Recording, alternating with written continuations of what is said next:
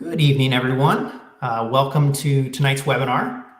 We'll give folks just maybe another minute or so to kind of file into the virtual room here, and then we'll get going. Really appreciate everyone joining.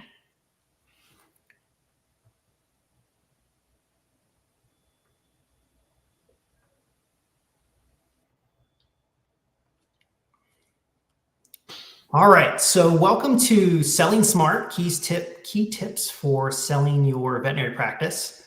Tonight, we have the pleasure of having a panel of some of the best experts in the field when it comes to this sort of stuff. We have Mr. Michael Kemp from Ackerman Group. We have Greg Toner from VetCPA, and we have Jordan Morelli from Linmac.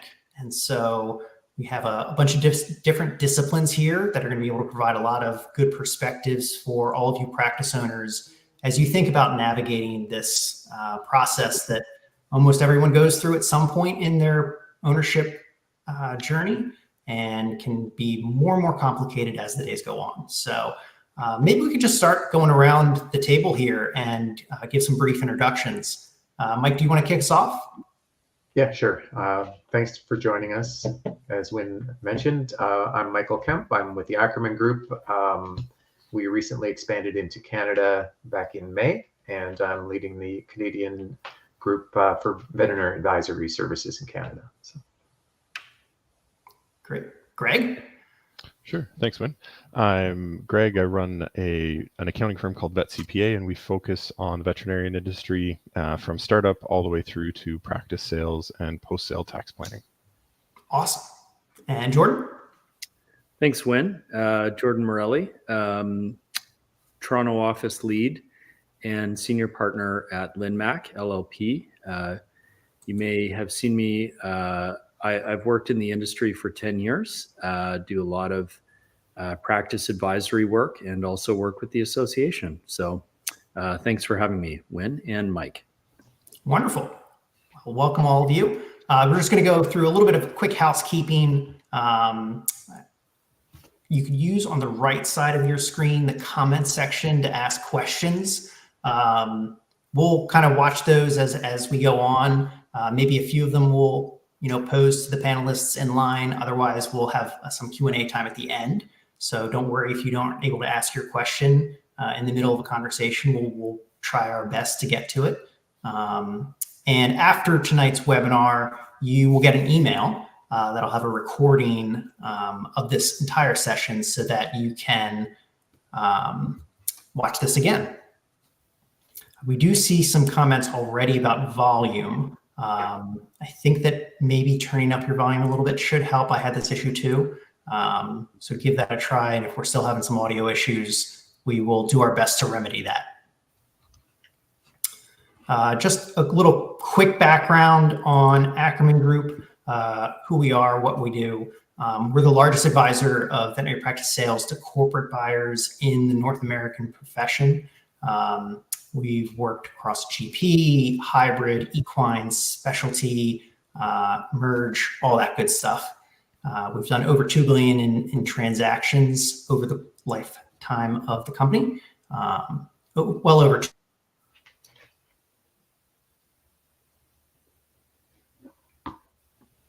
Looks like we lost Wynn. Mike, do you want to pick it up maybe? Yeah, sure. So as Wynn was saying, we've done over $2 billion in transactions over the last. Ackerman Group's been around for about 6 or 7 years, but just over the last 4 years, we've closed 200 transactions, which works out to almost one a week during a down cycle. So very, very active in the United States, and now we're getting going in Canada and hoping to be able to provide great service to veterinary owners in Canada as they look to sell their practices as well. So just waiting for Wynn to get back because I can't change his slide. Oh, there he is. Okay, there we go. Wynn, I finished your slide for you. So yep. Yeah. Apologies on the technical difficulties. at Ackerman, we're supported by a really large team. This is what allows us to work with so many practices to develop such a deep and broad knowledge set of what's going on in the transaction market at any given point in time. Probably one of the deepest rosters that's in the entire advisory profession for transactions like this. And so with that, guys, I think maybe it might be good to just kind of kick off a few questions. I'm going to go ahead and stop sharing my screen here. And so I think that, a lot of attendees tonight are probably asking themselves the question, like, I'm an owner, I'm thinking about what kind of transition I may need to make at some point in time. Like, simply, what do I need to do to sell my practice? Greg, why don't you kick us off? Any observations on that? Yeah, I think the biggest thing you should do first when you get to that point is take a breath and talk to your team. Reach out to your lawyer, your accountant. If you've got a relationship with an appraiser or a broker, reach out to those people, try and get them all on the same call and just say, hey, here's where I am. And get them to push back on you in terms of timing, what you need to do to get started, and ask them for their insight on where your blind spots are. What are the things that you're missing right now? What are the things that you should be thinking about? But I think when you get tired, that's when you need to lean on your team. Excellent advice. Jordan, from the legal vantage point, like, how do we get our ducks in a row? What do I need to do to be ready? Yeah, good question, Win. I think at this point, it's pretty early on. Maybe you're just contemplating it. And I think step one is to come up with a plan. And, what does succession look like for you? And, maybe speak to a spouse or a trusted advisor. And as Greg said, call your paid trusted advisors as well, being accountants, lawyers, maybe Mike at the Ackerman Group, and prepare and start preparing. But I think coming up with a plan. What does succession look like? When should it happen? And what does it look like for you? And that's I think step one. Awesome. And Mike, you have a unique perspective, having been both on the buyer side and now on the seller side. Any additional things that you think about that owners should be aware of? Yeah, I mean, I think as Jordan and Greg alluded to, is I think figuring out what you're looking for. Is it the right time for you to sell?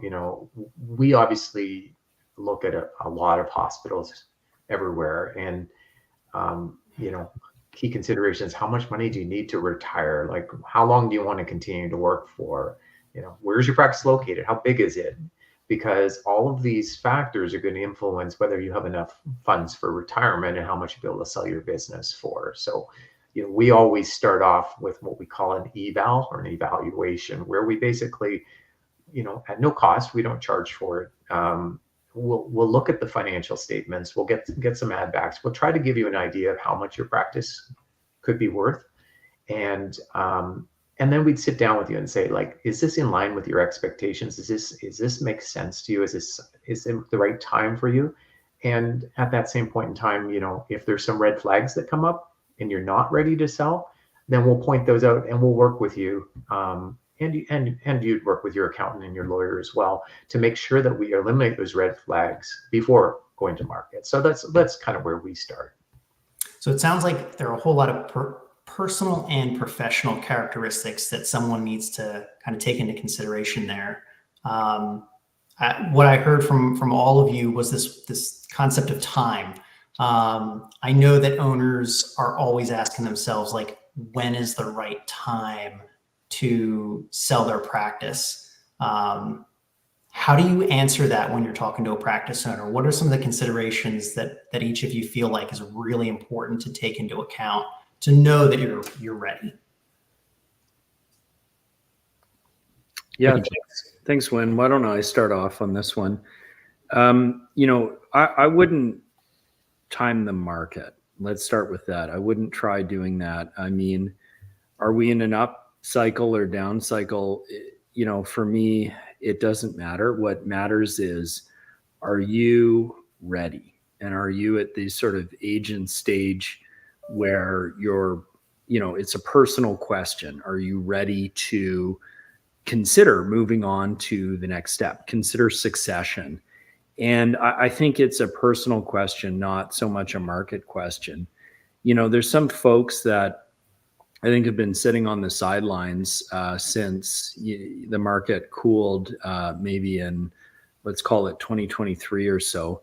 And I think they're really ready at this stage. I mean, if you're, you know, sitting in 2023, you're maybe in your late 50s, early 60s, and you've been sort of sitting on the sidelines since then, I think it's a personal question. It's like, I'm really ready. You have to contemplate that you'll probably be asked to work for a period after closing.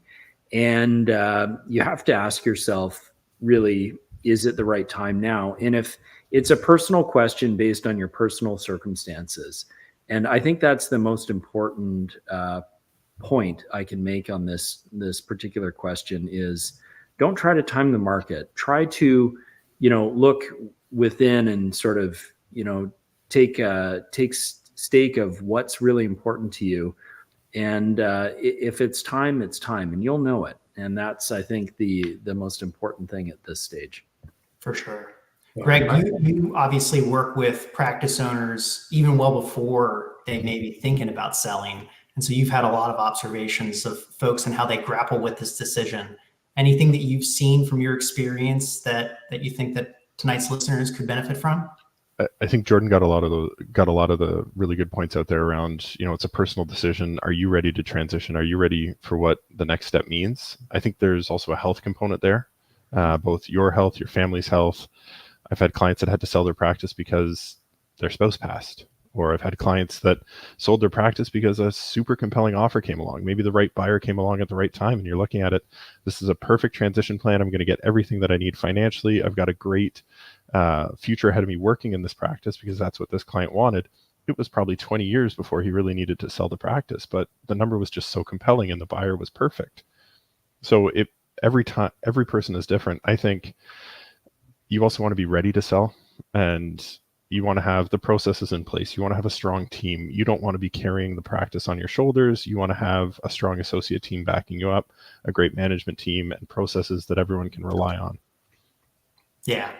And Mike, being on the transaction advisory side, obviously, you know, every single day you're thinking about the market, where the market is. At the end of the day, too, you know, Greg and Jordan both mentioned that it's a really personal decision. I feel like the other component that we hear from a lot of owners is like, is the practice ready? Is the team ready? Any thoughts from your experience around how owners can gauge whether like their practice is actually ready to be sold? Yeah, that's a great question. You know, in terms of the practice itself, there's a number of things that need to go into that decision. So, you know, is it profitability good? Have you had a good year? Do you know, are you fully staffed? Have you had a lot of turnover? Like, that's not a good time to sell. Or is your hospital look good? You know, we all think of real estate and you know, staging your home. Well, think of your practice as a home, and the business viability and profitability as the way a buyer would look at your hospital. So, you know, selling your practice is a huge decision, and you know, it's probably going to be the biggest financial decision you make in your life. You're going to do it once, and it's going to set you up in a lot of cases for your retirement. And you've put so much effort into building your hospital. You don't want to be forced to sell. And I think, as Greg said, you know, as a result of health conditions or something that goes wrong, you want to sell on your own terms and on your own timing. And so, you know, a lot of what we do is we look at hospitals and say, are you ready to sell? You know, are you mentally and financially ready to sell at this point in time? I mean, multiples, as Jordan alluded to, have dropped since the craziness of 2020 and 2021, but they're still incredible. I mean, we see multiples in the veterinary industry that are not seen in any other industry in the world still. And so, you know, they're only going to go down eventually. We know that. Everybody knows that. Eventually they'll come down to earth. Nobody can predict when that is. But what you can do in the meantime is get your business. You can't control what the multiple is, but you can control how your business looks. And I think those are some of the aspects that we consider. before we even would take on a client and encourage them to sell. So. Okay. And I think that one, potential misconception that folks have sometimes is that sellers are, mid 60s, they're at the sunset of their professional time. But the reality is that folks sell practices in their 40s or 50s, and yes, in their 60s. Throughout those different stages in life, what are some considerations that each of you feel owners should have, dependent on their age? Greg, let's say I'm 46 years old and I own a practice. Like, what should I be thinking about today as it pertains to an eventual sale? I think, what are you going to do next is the biggest thing, because that really leans into the timing. I've clients that sold their practice in their earlier mid 40s, and for them, they've got decades to work. So what are they going to do after, right? Some of them decide they want to stay with the buyer, continue to work, take on a medical director role, move up on the medicine side there. Others decide they want to move 50 kilometers away and start another practice. It all comes down to what's right for that practice owner. But I think you want to think about what you're doing next. And if you don't have a good idea about what you're doing next, you probably want to turn inward and look at your practice and make sure that your pricing is appropriate for your market. Your corporate structure is in really good shape. You've got the team and the processes in place, and make sure that your practice is really well run, because a practice that's appealing to be sold or appealing to a buyer is also generally a pretty good practice to run as an owner. For sure. Jordan, what are you thinking? I'm 53. I don't know how much longer I'm going to work. What are some of the considerations as someone progresses through age and gets closer to the end of the professional career?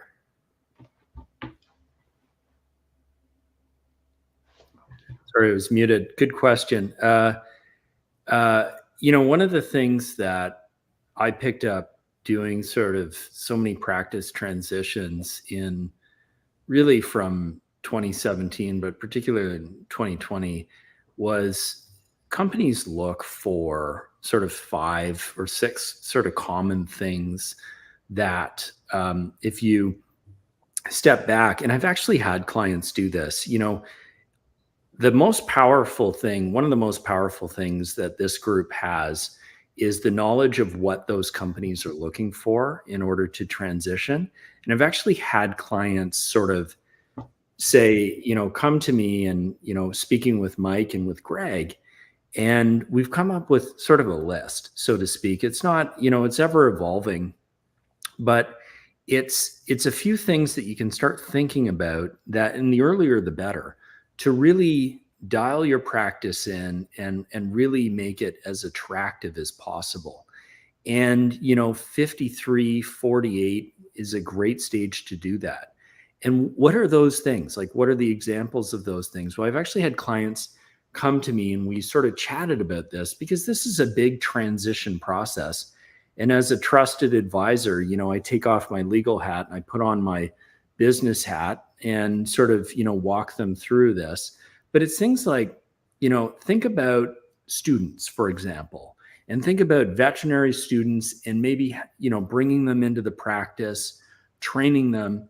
As a student, they sort of evolve. And then all of a sudden you have your group of veterinarians, and suddenly your practice goes from, say, a 2-vet practice or a single vet practice to maybe a 3 or 4 vet practice. And you build loyalty, and you also build with that processes and procedures, and you have students that really understand that. So the earlier the better. Like, consider, maybe working with younger veterinary students or that sort of thing, starting a student program. Other things would be looking at your facility, and how many exam rooms do you have? Do you have the ability to expand? And is there maybe an option of another, ability and to expand in an adjacent property or something of that nature? So these are things that you should be thinking about. And it's really beyond the transition. It's, how do I make the practice more attractive for the corporate buyer? So those are sort of a few tips. I think, anyone on this call would be able to sort of point you in the right direction. And I've had clients, as I mentioned, come to me and discuss this really from conversations with Greg and Mike. I put together an informal list, and they'll come back a few years later and their practice is suddenly way more attractive. And then, they'll have a really successful sale. So I think the sooner the better, but it's never too late. You're 53. You should be thinking about this stuff too. Awesome. And Mike, on the other end of the spectrum, a question that I know you get posed from time to time is like, can it be too late? Like, when does the urgency level really have to rise for folks if they have just been really happy practicing, but getting up there in years? Some of the considerations that particularly corporate buyers will have around age. Any advice that you could share with the group on that? Yeah, I mean, you can definitely wait too long. There's no question. I think most buyers on most offers we're seeing nowadays, the corporate buyers are going to ask sellers to stay on for at least 3 years. And we see that across the board, sometimes even longer if they're really critical to the business. And then the transaction itself can take 6 months or longer by the time you've complete due diligence and you've got the offers out and you've negotiated the deal and they've done all the legal work. It takes a while. So now you're talking 3 to 4 years. So if you're 72 years old and thinking about listing your practice, we're now pushing you out till 76 years old. Your leverage starts going down over time. So I always tell people, like, if you're thinking of retiring at 60, you should be exploring this stuff when you're 55, 56. And give yourself some time because every year after that, your leverage starts going down and the value of your practice ultimately goes down. So those are things that I think everybody needs to think about. And as Greg alluded to earlier, unfortunately, as we get older, the chances of a life event happening and forcing a sale earlier than you were wanting to can really affect the valuation as well as the transition of your business.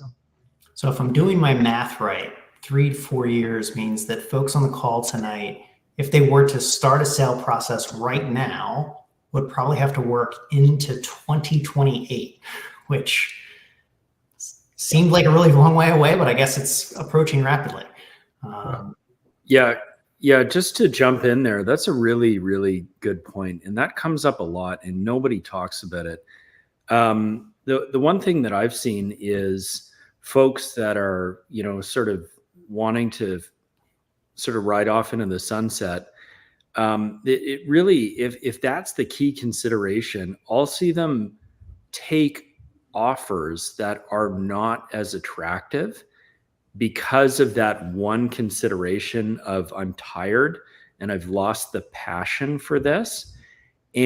Or if you go back and you're negotiating and you say, guys, I can't do 3 years, I need to do 1, for example, that will really impact top line purchase price, like really impact, because we all know there's a vet shortage.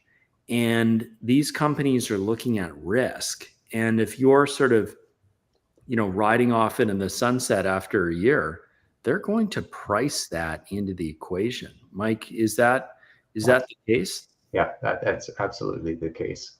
So you sacrifice, there's a inverse relationship between risk. The higher the risk, the lower the purchase price. I mean, it's a cash flow game. And if there's a belief that a year from now, they could be short a vet. And in a lot of cases, the owners are very important vets, not just from a production perspective, but also from a team cohesiveness and, morale aspects. Some of their customers like going to see them. So if the veterinarian wants to leave after a year, that's obviously something that we would try to negotiate or at least negotiate so that they can reduce their hours. But it's something to think about when you're trying to time when you want to start the process, because it is an important consideration. Excellent. And so Obviously, all of you are advisors, advisors to owners throughout their ownership journey.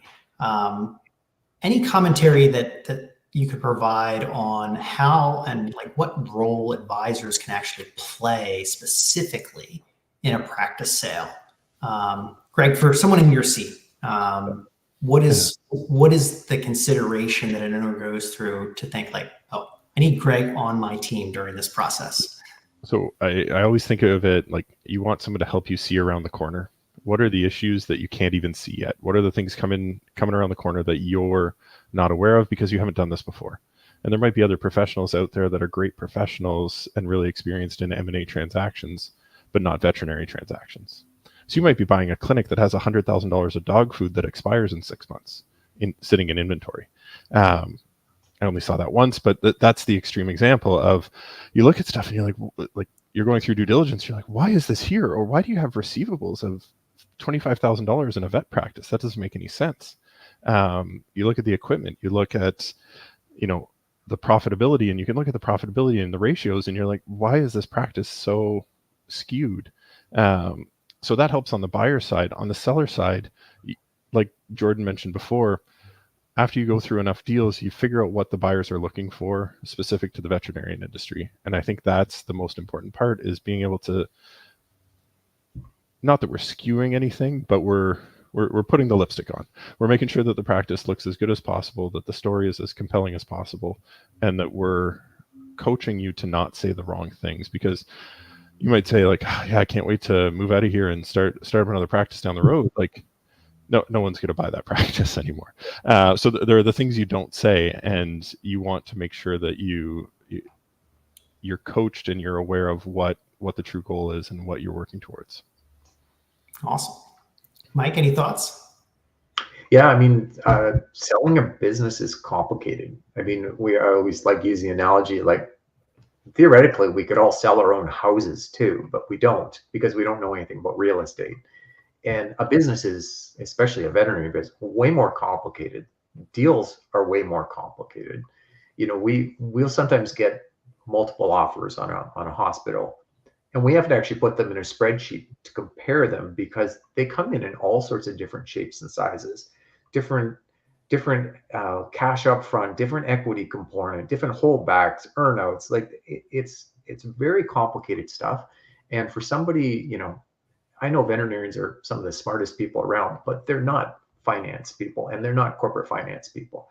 So to try and do it on your own, very complicated. So I would encourage people, even if you don't engage, Ackerman Group, that you hire somebody to help with the process. Obviously, Greg and Jordan are super experienced in this as well. And, having a good team will help you find the right buyer for the right price and the right conditions. And it's very, very important. And Jordan, one specific question for you. Obviously, no one was probably going to attempt selling their practice without legal representation.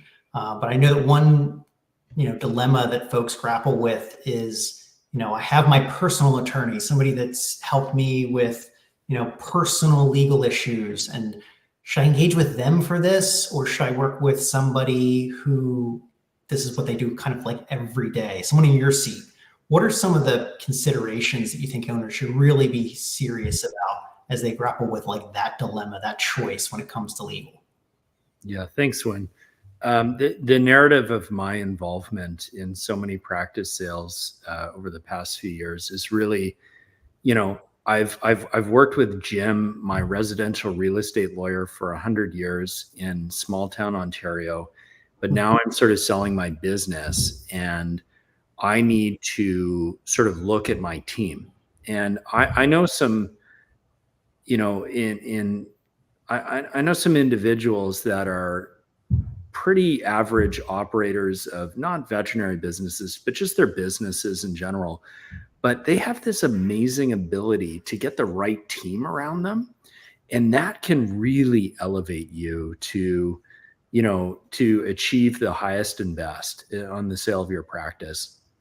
And I'd say getting the right team, the most important thing for me is, my really Rolodex of folks that I can call that will pick up the phone very quickly and will be able to get the job done in a really, really quick and important manner. Like Greg Toner, for example. Hey, Greg, I've got this issue.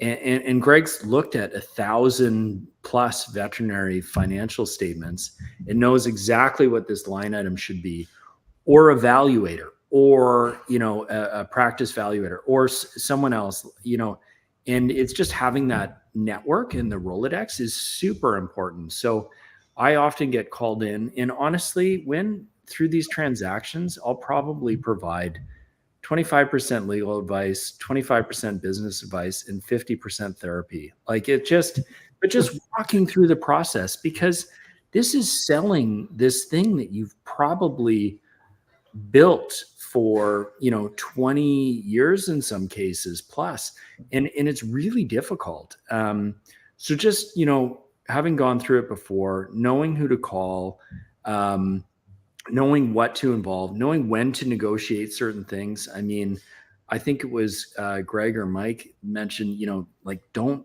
say that. And, we need to position it in a certain way, and we need to talk through it, advisor to client, such as looking to retire immediately, and then, come to an understanding, and then position it properly to the buyer, because we know what they're looking for. So that's I think where I can add a lot of value. Excellent.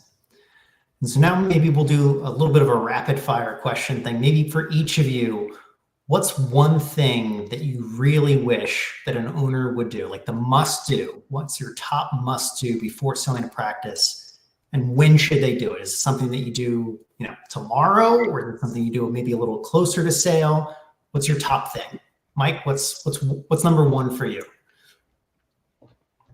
There's so many of them, but I would say if you're taking cash out of the business or personal expenses out of the business, not accusing anybody of running personal expenses through their businesses, because we know nobody does that. Keep track of it, because those will be add backs when we go to sell your business. If you're taking cash out of the till, stop doing that, because nobody's going to give you credit for it when you go to sell your business. So we've had hospitals that say, well, their PIMS doesn't match their financial statements, is off by $100,000. Well, yeah, because I take some cash out of the business. And I'm like, nobody's going to pay a little you more than some cash, Mike. Yeah, nobody's going to pay you a multiple.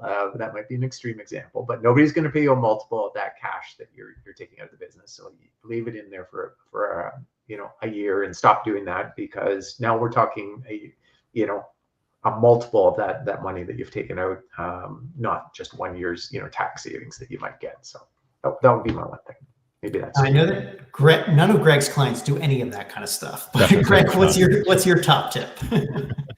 My number one is get your corporate tax structure set up appropriately. So making sure that you've got, depending on the value of your practice, the ability to access multiple capital gains exemptions. It's pretty significant now, especially if you can get 2, 3, 4 of those with appropriate structuring. Like, we're talking about a lottery winnings worth of tax savings. I mean, Jordan and I have set up structures for people at the beginning of their career, for people, on the doorstep of selling their practice. And like, we're talking about $2 or $3 million worth of tax savings if this is structured properly. So getting that tax structure set up properly, and part of that, tied into what Mike mentioned, is getting all of your redundant assets, or anything that's in your practice that shouldn't be in your practice, like the horse trailer that's inevitably in a companion animal practice. I'm told it's for business. I don't fully understand how, but getting those redundant assets, or any assets that shouldn't be in the practice, out of the practice, so that when you're ready to sell, we don't need to do anything to fix things up.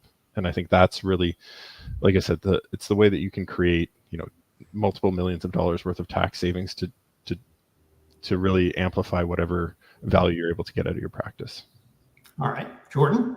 Yeah, good question. Greg took my answer, but I'll add one thing, is for the tax structuring, start about 3 years out before you want to sell. And aim to have the structure in place for about 24 months at least prior to closing. That would be very helpful. Shorter than that, we need to have a more in-depth conversation. But You want to start about at least, you want to have the structure in place 24 months. And then beyond that, get your advisors lined up. And, especially Mike, Greg, before you sign the LOI, right? Don't be signing an LOI because it's a non-binding document. Most folks, sort of think, well, I'll just sort of sign this. I had somebody actually do this last week. And then walking it back at that stage after it's signed is awful, because the lawyers get involved, and then, they're just trying to negotiate for the sake of negotiating. It's terrible. Get your advisors lined up before you start signing things, including, really anything. So, all right. Just And jumping on this. just for those that may not have already kicked the tires on a sale process, what is an LOI for folks?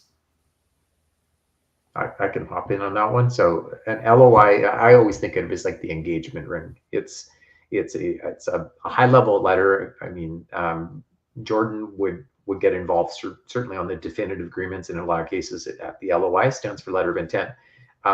It is outlines the key business terms that you're agreeing to, but basically, as Jordan said, it's non-binding typically. So it's an agreement to agree.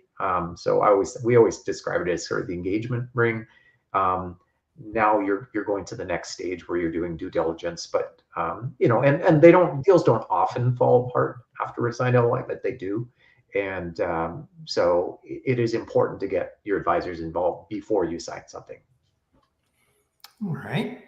And so all of you who have worked with owners as they've gone through the sale process, what are some common misconceptions that you feel like folks have as they kind of just get their feet wet, start this? What should folks be prepared for? Any common misconceptions that you've come across in your careers? I think number one that we've already tripped over a bit is how long it takes. Like Michael talked about, 3 or 4 years from today, and then really we should add on the 2 or 3 years for tax planning ahead of that. So you're looking at a 2030, 2031 transaction at this point to do it properly. And even once you get to that LOI stage and you've got the engagement ring on, it's a long way to the altar. There are a lot of steps. People are always blown away by how many pages are in the agreement, which is a fun point to bring in why they need a lawyer. If anyone's resistant to use a lawyer at that point, it's like, well, you want to read it, you want to understand what all these reps and warranties mean. So, how long it takes and how many details there are in selling that practice. They're like, well, it's a handshake. We can sell it for a couple $1 million. Yeah, I've had a couple $1 million handshakes too. Yeah. Jordan, how about you? Yeah, I mean, this isn't really so much a misconception, but something that really sort of stands out to me. So I'll do it in reverse. When cash is king, okay? You want cash on close. That's the gold standard. When you start getting into sort of the fancy dances, such as earnouts or stock, etc., misconceptions are that those are very valuable and they can be taken on face value. And what is an earnout, for example? An earnout is a payment for hitting a target after closing. Very simply put, it is, we'll set a revenue target for a year after closing, there will be a second payment. The misconception is that ought to be taken at face value. That is, some earnouts are extremely risky and maybe not achievable. I know Greg has a ton to say on this topic. And stock options in the company, fine, but you need to ask a lot of questions, and the deal gets really sophisticated at that point. And you got to start asking questions about when and what value and what are my rights and that sort of thing. So the common conception is that cash is king, which is correct, cash on close. The misconception is often how to value these sort of add-ons that companies, when, we saw this when certainly in the later days of COVID, when values got out of hand, instead of paying cash on close, there would be a lot of tack-ons of sort of fancier metrics in order to get cash into the vendor's pocket. But often it would not play out that way, and you need to factor the risk in. Greg has certainly spent an obscene amount of time reviewing earnouts, and it gets really sticky. So you have to be careful. So I guess the misconception there, Win, is that all of these things are equal, and they're not. Sounds like Mike and his spreadsheet side by side comparing offers, and you're looking at apples and oranges and mangoes and everything under the outside of the sun. Yeah. All right. Mike, how about you? Misconception.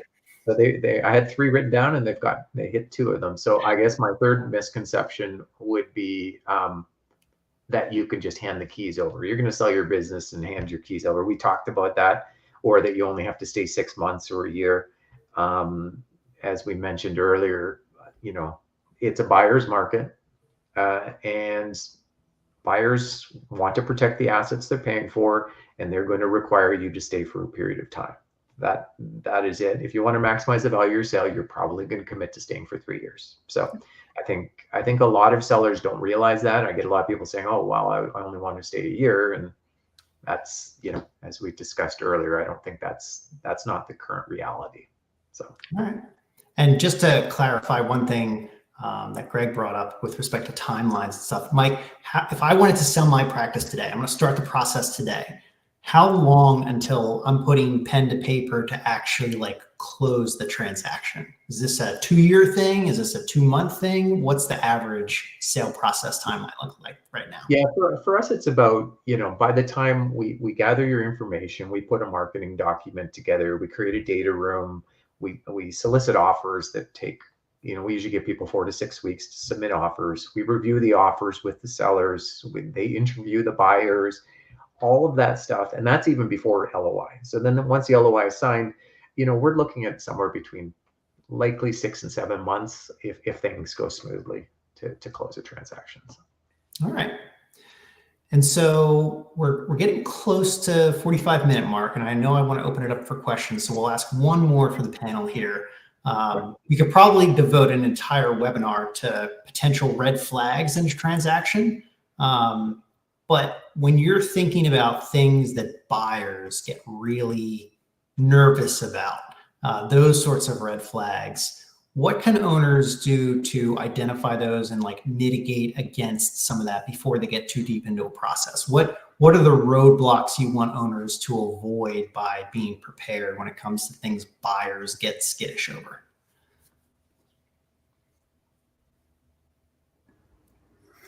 Yeah, when I'll take that, I'll start us off. Buyers get really skittish over on employee turnover, especially with respect to the professionals. And I've had that come up in a couple of deals.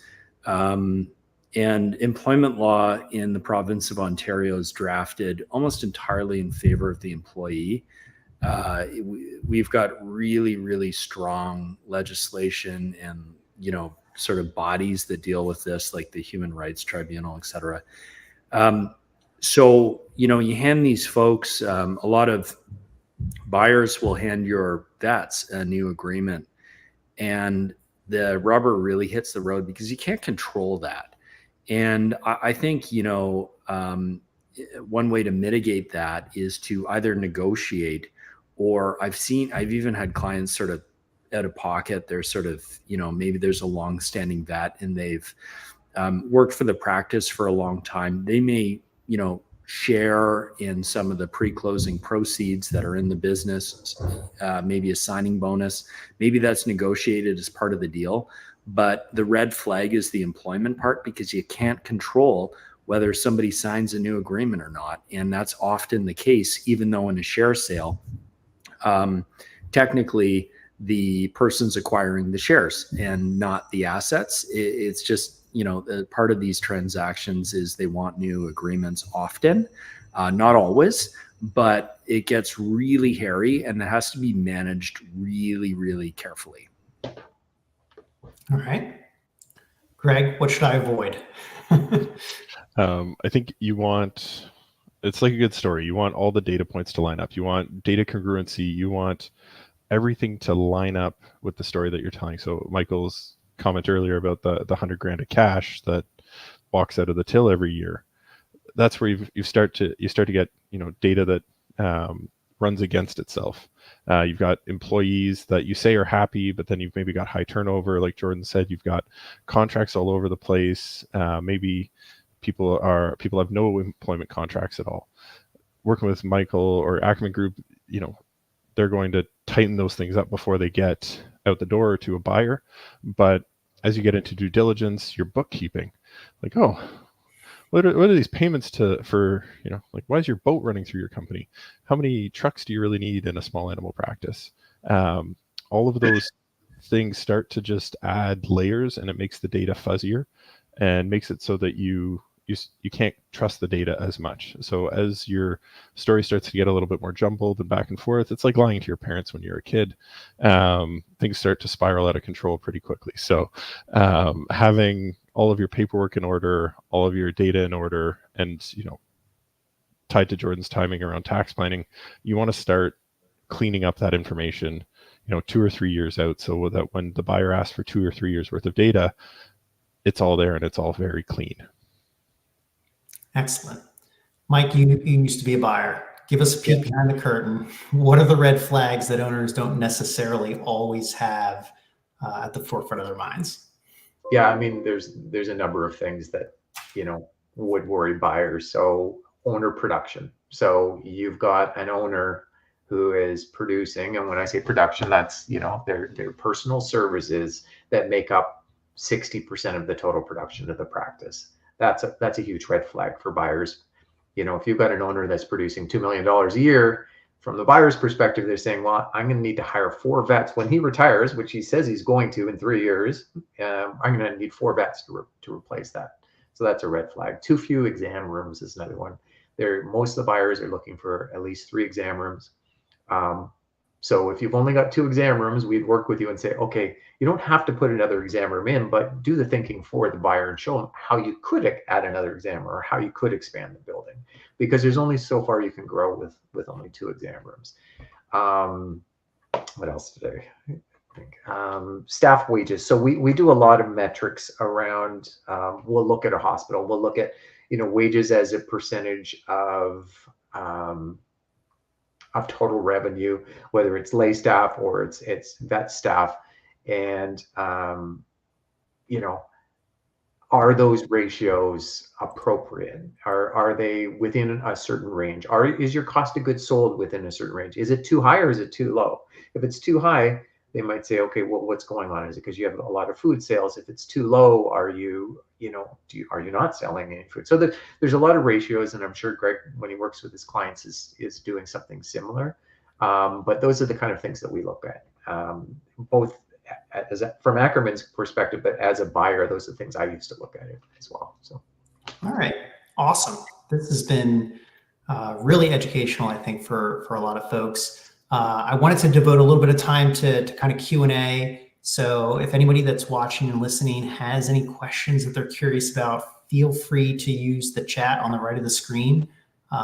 If you have a question that is very sensitive, personal in nature, what have you, for any of the panelists tonight, we will distribute out contact information so you can reach out to anybody with that specific question. And just in the meantime, while we let some of those questions flow in, I did want to just share one additional thing with the audience tonight. This is actually an event that, Mike, you want to go ahead and share my screen there? This is an event that all 3 of you are participating in. I think it might be the brainchild of you, Jordan, and Greg. Do you want to give a little bit of quick background on this upcoming event in November? Yeah, thanks, Wynn. That's certainly the case. Anybody that it is an in-person event. It's at White Oaks Resort and Spa, November 11th, Remembrance Day. And really it was our sort of brainchild. And what happened was there was a succession planning conference, a TAVM succession planning conference in 2019. And the market's changed so much since 2019 that sort of got together with Greg and Mike and said, I think it's time for a succession to that, pun intended. And, so it's really getting together in 2024 and exploring the market. So that's really what it is. It's absolutely complimentary. And it's at White Oaks in Niagara. And we'll certainly be distributing an invitation to this either through myself, Greg, Mike, or Ackerman Group. So thanks for mentioning that, Wen. Yeah, no problem. So we've got one question here off the bat that I'm sure that Mike is chomping at the bit to answer, but I'm not going to. So Jordan, let's say that you've been working with a practice owner for a bunch of years, and they come to you and say, "Hey, I'm thinking about hiring a broker when I sell my practice. Like, what should I ask these guys? Like, how do I assess if they're going to do right by me?" What is advice that you would give on that?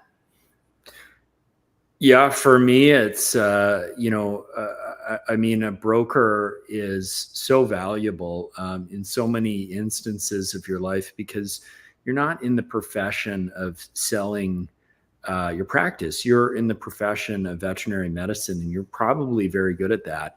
So things you should be looking at, like for me, certainly if you have a unique practice, or, you need some, maybe it's easily identifiable that you're on the cusp of greatness. And if you just sort of tweaked these two things, that, you may just get a bunch more money. I think Mike can bring, and the Ackerman Group can bring a lot of value there. Marketing, like, again, the Ackerman Group is incredible at marketing and putting together a really, really putting together messaging. And, how are you going to message the sale and that sort of thing? That's what I look for. And certainly, in my clients with more unique practices, maybe they're in a rural area or something of that nature, and they're not getting a lot of traction. I think a broker can really add a lot of value to open up options, and that sort of thing. All right. Greg, any advice you'd give your clients? Should they just avoid Mike at all costs? Not at all. I think, it's similar to, we've used the realtor example before. It's similar to looking at a real estate agent. You want to look for other people that have worked with the broker. Talk to some, ideally you can find a classmate or someone in a similar phase of life that's running a similar practice, and ask about their experience. Because I think that's a really powerful source of information. You can figure out how it actually went.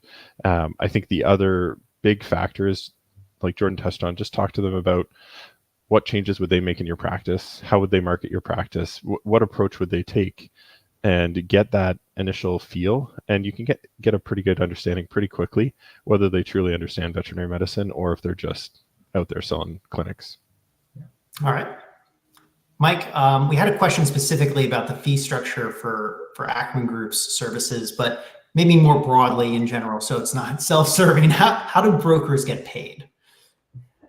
So from a broad perspective, typically they would charge a percentage of the transaction, and it's a success fee basis. Some brokers, we don't, but some brokers do charge for time and valuations. Some of them are purely commission based. I think the general, and I'd be happy to speak to anybody individually. I don't want this to be a self-serving response. So our fees are super reasonable. So, but in general, it's based on a success fee basis. So we would, after the hospital is actually sold, then you would pay out of the sale proceeds, which becomes a tax deductible expense, would pay a commission. In our particular case, we only take commission on the cash received on closing. I think that's maybe unique in the industry. So that, if there is an equity component, as Jordan was saying, or funny other structures, and you don't get paid right away, so you don't get paid for 3 years, that commission to us would also be deferred. But other than that, I think that's how most of the brokers are paid. Do buyers pay brokers? Should they pay brokers? Buyers do not pay. Well, they should not pay brokers. We have obviously heard stories in the industry about people taking money directly from buyers to direct things. I personally think that's an unethical practice, and is not something I would ever get involved with. It's very much like a real estate transaction. We're here to add value, to make your lives easier. Hold your hand throughout the process. Put your data room together. Put your marketing document together. Work with your advisors to make sure it's a smooth process. Evaluate the offers. Talk to you at 10 o'clock at night when you're ready to jump off a bridge, because this is the biggest decision you've ever made in your life. Like, those are things that we do, and we get paid when the transaction actually closes. So, all right. Here's a good one for any of you. Are solo one-person practices in demand, and are they sellable? Have you come across this with any of your clients? Can it be done? Yeah, I mean, thanks, Wynn. The answer is a lawyer's two favorite words, and those are "it depends." And I think it really depends on where that practice is. We're not in sort of 2021 anymore, where folks are scooping up, any practice, no matter the size. It has to be the right practice, but and absolutely, yes, solo one-person practice, there is a buyer for them in many circumstances, not all, but many. And, certainly, for example, it's perhaps a solo one-person practice, and it's adjacent to or in the very close proximity to another practice, perhaps operated by a corporate consolidator. There would be a market for that in many instances. It's absolutely worth a call. It absolutely is. It's just, like anything else, it would be a conversation, and a preparatory conversation. And, I did just want to tell the quick tale of, to really tie this all together. Mike, when he was a buyer, said, sort of, Jordan, we're looking for sort of 5 things. And what Mike didn't know is I was like scribbling them down really quick. And I had a conversation with my client after, and he did those 5 things. And so, the revenue was tied up with him, primarily production was tied up with him. So he started a student program, brought on students, even out the revenue. Then all of a sudden he had more veterinarians, and it went from like a 1 to 2 vet practice to a 4 vet practice. And all of that sort of, it was Mike's advice, and they came back online a few years later, and like the offers were much improved. So that's a case of sort of a almost solo vet practice, taking, advice from the right advisors and transitioning to something where they see some significant closing proceeds. Excellent. Greg, any other advice you might give to the solo practitioner? I think thanks, Wynn. Yeah, I think there are kind of 2 paths there. Like Jordan talked about, okay, if you want to take it and grow it and build it, but if you're further down your career or you don't have the interest in growing the practice, there's a buyer. It just might not look like a large corporate buyer. I work with a lot of young associates that are looking to buy practices, that want to start, they're looking at starting their own practice versus buying a practice. And in a lot of cases, walking into a clinic that's already up and running, that's staffed, that has equipment, is a good outcome. So I think there are buyers for really any clinic. It's just, what is the price and what does that buyer look like? Yeah, I mean, just to jump in, we actually had a client very recently that is a 1 veterinary clinic, and they used a broker and found a deal, and it was really selling the real estate and the practice. The primary values in the real estate, there is practice value as well. And then the lesson is sort of bring in the right advisors, because we looked at it and said, this is really tax inefficient. So, go talk to a tax advisor as well. So in that case, the broker was absolutely seminal in bringing the deal together. It was a one vet practice, and the advisors came in and added a lot of value. Excellent. I think that we're right at the 9 o'clock mark here on the East Coast. So I might wrap things up here. I am typing out a few answers to folks that had some other questions. But Mike, Greg, Jordan, this was excellent. Truly a really educational hour, I think, for a lot of folks. If anybody has questions, this is the team to reach out to. They could help you throughout any stage in your ownership journey. And so with that, I think that we'll kind of wrap things up here. But look for more webinars from Ackerman Group as we try to touch on all things related to selling your practice. And for those of you who are looking for an in-person event, I think it was November the 11th in Ontario. You'll probably see some literature out, across the profession relating to that. And certainly, if you can attend, and you could meet all these good guys and learn a lot more from them. Awesome. Thanks for your time, Wayne. Yeah. Thanks so much. Thanks, everyone.